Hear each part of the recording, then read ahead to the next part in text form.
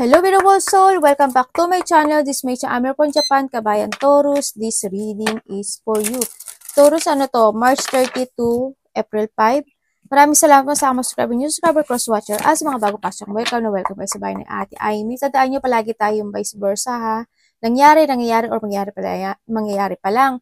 Or, maaaring kung hindi naman to nag-connect sa inyo, ibig sabihin hindi yung energy. Gawin nyo lang itong guide kasi hindi ito magpapabago ng buhay nyo. Tingnan natin ang energy mo, Taurus, this week.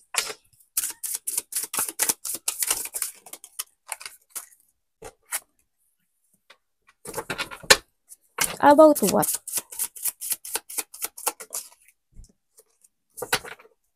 Saan? Okay, ang energy nyo this week, ang nakikita ko sa inyo ay meron kayong mga pag-iisipan, no, na mga plano, ganyan. May mga doubts sa inyo, no? And then also, meron kayong mga marireminizing din na mga tao sa tao mo na maaring kapatid mo, karelasyon mo, o the past situation, ganyan, na in a distance. Yan, may mga mamimiss kayo or reminiscing the past situation. Nakikita ko rin dito, merong nagkakaroon kayo ng option sa buhay. No? So, nakita ko ito, maaring nagja-jungling ka sa pera mo or may mga sitwasyon ka na paplanuhin na hindi ka pa makapili dun sa path na yon, sa decision na yon. Either gusto mo mag-travel or may mga gusto kang puntahan. May mga bagay ako na nakikita o sitwasyon sa buhay mo na this week is i-evaluate mo siya. Ganun, may i-evaluate ka daw ng mga situation. Or maybe you are doing something task, may mga task or may mga multiple priorities ka na aaksyonan o gagawin this time sa nakita ko dito. May mga ano ba dito? Iba dito may mga situation na mga i-discover kayo or i-prepare kayo, mga ganyan. May mga pagpaplano. Tingnan natin ang ano dapat parating. Ito ang energy mo ha. May mga marami ka daw gagawin. Mga plano. Parating. Kay Taurus. Devil. Si Devil lumalabas. Well, Devil na yan. Okay, ang parating sa'yo. About ano po? Pwedeng malaman to, universe?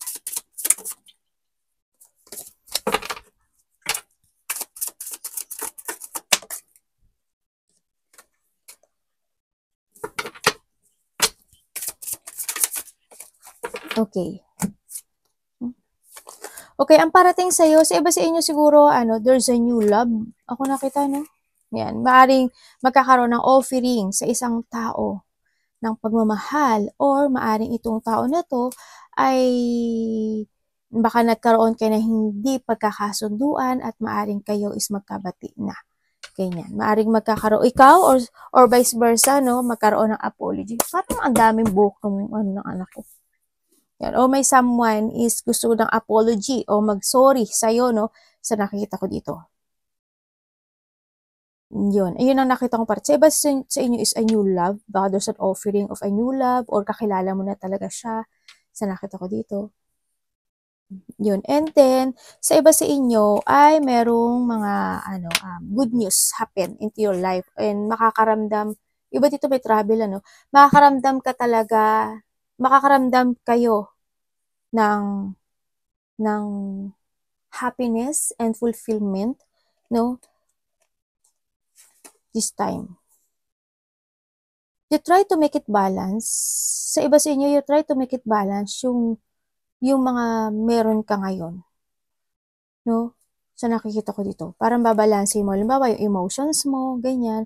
O yung mga gagawin mo this time, babalansin mo siya. Sana hindi ka magkaroon ng dissatisfaction sa mga gusto mong ma-achieve this week, sa nakita ko dito. Kung mangyari man yun, you need to be patient lang sa nakikita ko dito. Pero syempre, kailangan mo na mag-action, take it action para ma-achieve at makuha mo talaga yung happiness and fulfillment na yun. Kasi kung hindi ka mag-action, hindi mo siya marireceive. No? Kaya you need to take it action din. Kasi handito rin sa pag-o-offer. Ino-offeran ka rin naman ni universe sa mga na gusto mong ma-fulfill na or ma-achieve sa buhay mo. Kaso maaring yung iba sa inyo nakakaroon ng rejection kasi maaring you are not willing to let go yung mga interest mo sa meron ka ngayon.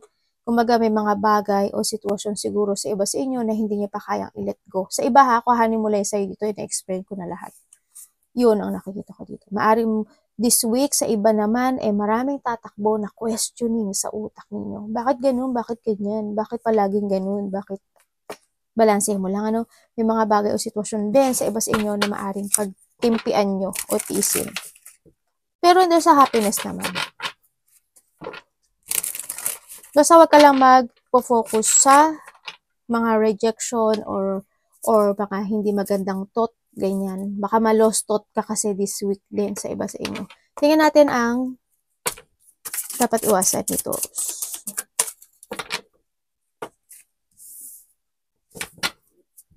Explain nyo po.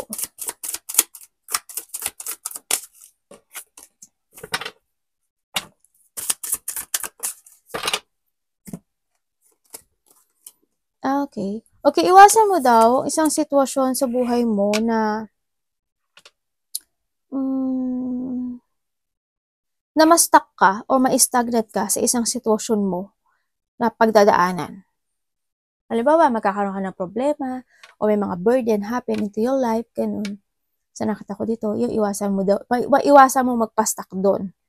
So, iwasan mo yung isang sitwasyon na hindi ka makapagsapalaran sa hamon ng buhay or may mga bagay na hindi mo masabi or hindi mo ma-express, iwasan mo yun. You need to express or kailangan mo rin magsalita, ganyan. Kailangan mo rin mag-move or kailangan mo rin mag-action.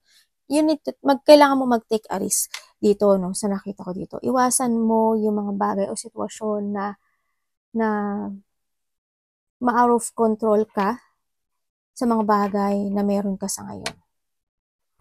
May nakikita ko dito na tao na there's a lying, dishonest, betrayal, manipulative, babaero, lalakero, sinungaling, syempre, isa na yun, sneaky person, no? Parang hindi yung situation na lahat ng sinasabi niya hindi totoo.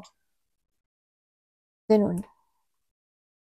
Parang tong tao na to, yun ang nakita ko sa kanya. Or someone into your life is babalik o gusto niyang bumalik. Pero nakikita ko sa kanya, medyo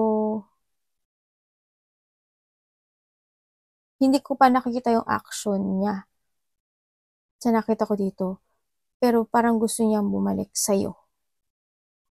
Gusto ng union. Sa iba ganun. Itong tao na to.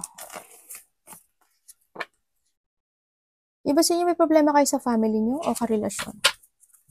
Parang may nakita kong gano'n. Magkakaroon ng delay or magkakaroon ng mga cancel situation sa buhay mo.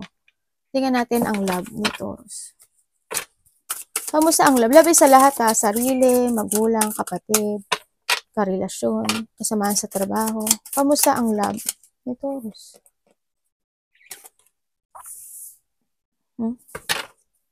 Ayan. Queen of Cups.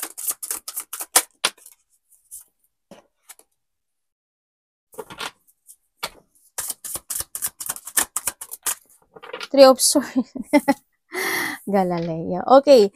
When it comes to a love, and then yung sitwasyon na, yes, nagkakaroon ng emotional pain, no? Maaring iba sa inyo, kung magkasama kayo nito, ay maaring you feel sadness, or maaring may mga sitwasyon na nagkakaroon ng hardship in this relationship, nagiging emotional. Maaring nag-away kayo, ganyan, or hindi kayo nagkaintindihan, or you're feeling nagkakaroon ng emotional pain or nagkaroon ng disappointment sa isa't isa, no? Kung kayo is magkarelasyon o mag-asawa nitong tao na to, no? Pero itong tao na to, if ever na nagkaroon magkasama kayo, magkaasawa man kayo, maaaring mag-text to or ikaw ang magte-text sa kanya.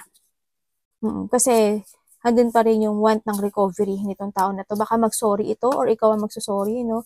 Sa tao na to. Maaaring magkakaroon ng pag-uusap. So, iba sa inyo, you are patiently waiting, no, sa tao na darating at pagbibigyan mo ng iyong cups dito sa nakikita ko dito. Yes, nagkaroon ng mga separation. Sa iba, maaring iba dito sa inyo, iniwan kayo sa ere nitong tao na to, no? Ano yung pagiging understanding nyo sa tao na to? Ano yung naging patient kayo sa kanya? Ano yung pag-aalaga? At nakita ko naman yung pagiging calmness mo sa kanya at pagiging nurturing mo sa kanya. Pero dumating at dumating talaga yung time na nagkaroon ng separation. Yun na nakita ko sa kanya. Sa'yo, no? Yun. And then,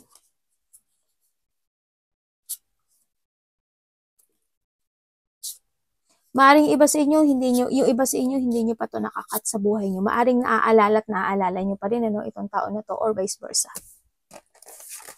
This week, ang nakikita ko dito is maaring mga bagay na sana walang magkaroon ng conflict, no? Or hindi kayo magkaroon ng problema when it comes to money, ganyan. Ingat kayo sa money nyo. So, nakita ko dito, ano, medyo hindi maganda yung money nyo. There's a hardship or financial problem sa iba. Sa iba naman dito, ano, there's a loss, ano. Hindi ko alam kung may mother figure ako na nakikita na maaring nawala na. Maaring namatay, ganyan. Sa nakita ko dito. Sa iba sa inyo, hindi naman kayo lahat. Sa iba naman sa inyo, maaring itong maaring may tao dito na may sakit. May sakit siya sa ano? Bandang dibdib or puso.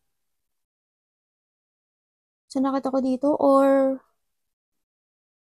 baka ikaw, ano, masakit yung ulo mo, paa mo, or may mga sakit sa bladder.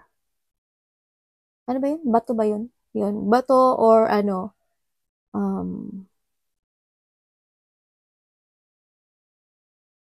ganun. Yun ang nakita ko. Hindi naman kayo lahat. Or may taong may sakit sa family mo, no? Na kinakailangang alagaan dito.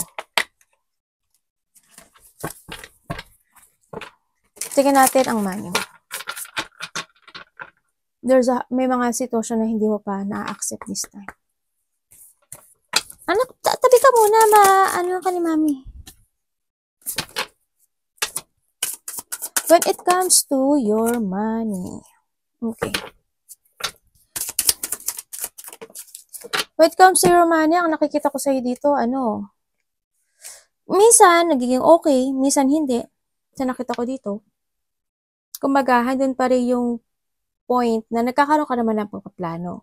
Kaso, siguro minsan, may mga time na nailalabas mo talaga yung pera mo. No? May mga time na, oo nga, no? siguro pagtulong, nakita ko to. Siguro may mga tinutulungan ka. Kasi sa ngayon, ang nakita ko dito is hindi siya nag-growth, no? Sa nakikita ko dito. Siguro nga, may mga pinagtutulungan ka o pinagbibigyan ka when it comes to your money.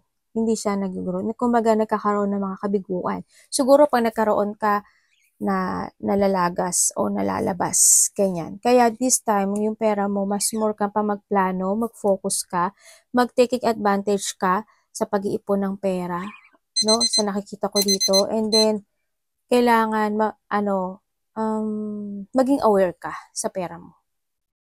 Okay naman, hindi ko naman sinabi na huwag kayong tumulong. Kumbaga, magtira ka rin sa sarili mo. No? Kailangan mo rin magkaroon ng pagbabago sa sarili mo para hindi lahat tumalabas dito. Sa nakita ko. Kasi kung hindi, may darating na ano sa'yo, na may darating na problema or there's a crisis happen sa buhay mo tapos wala kang mabubunot. Paano yun, di ba? Mas mahirap yun. Di ba? Mag-think to the future ka. Or thinking advantage. Tingnan natin ang opportunity ni Taurus this week.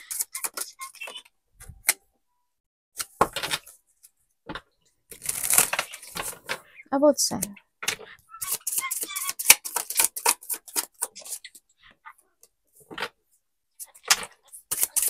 About.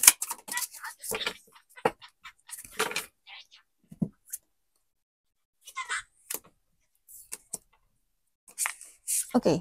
When it comes to an opportunity, sa nakikita ko sa dito is, magiging more on creative ka raw this time, this week, no? Siguro, may mga babaguhin ka na, no? O may mga idea ka na a-actionan this week sa nakikita ko dito.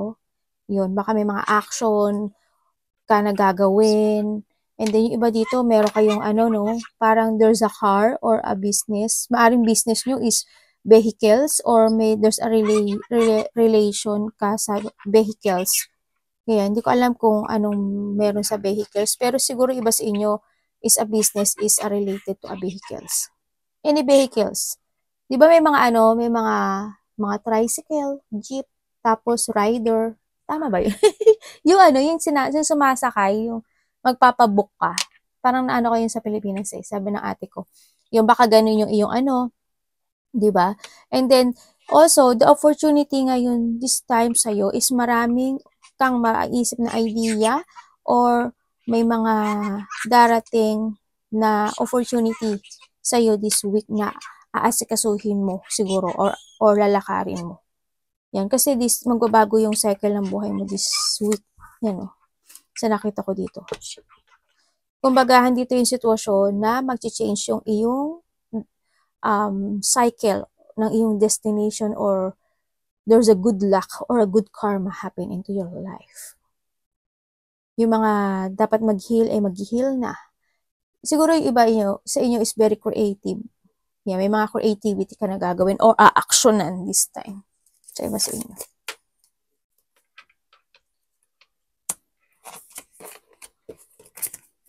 Nakikita ko si Devil, oh. Si Devil, eh, no? Labas ng labas, eh.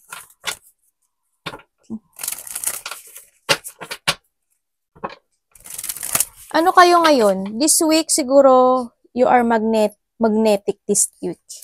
Siguro, may mga mamamagnet ka. Kasi parang there's a big changes happen sa buhay mo this time.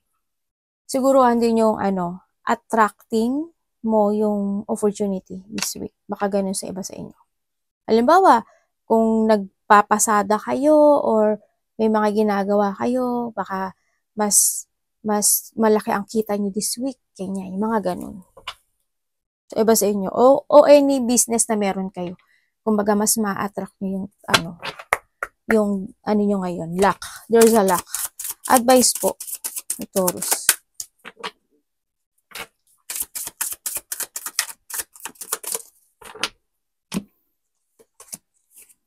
The advice.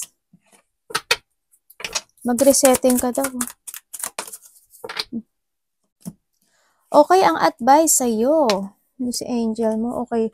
Ang advice sa'yo, sabihin ko muna una, may mga sitwasyon daw o pangyayari sa buhay mo na may mga mali kang magagawang desisyon this time. And kailangan mong maging very careful or you need to be aware sa mga action o decision mo, salita mo, sa mga paglabas ng pera mo, sa mga tutulungan mo, ganyan. Or kasi baka may mali kang magawa, no? O kaya naman yung iba sa inyo baka ma-overwhelm kayo sa mga magaganap o mangyayari sa iyo this time kasi sabi ko sa iyo is magiging maganda yung cycle mo this week, di ba? Baka ma-overwhelm ka doon hindi mo mapansin na akala mo tuloy-tuloy na pala, hindi pala, di ba? Kailangan aware ka din sa mga paggastos mo. And syempre, sinasabi rin dito, you need mong mag-isip muna bago ka magdesisyon. Alisin mo yung mga dapat alisin. Let go mo yung mga dapat, ganun din, no? It's time to awake or kailangan mo mag-transform this time. Focus, slowly but surely, sinasabi dito, sa mga pagdidesisyon mo, sa buhay mo, and be practical, no? Maging practical ka. Focus, steady, kailangan patient lang also this week sa nakikita ko dito. And then, magkaroon ka ng awareness, ha? Sa lahat ng aspeto ng buhay mo o magkaroon ka ng self-evaluation.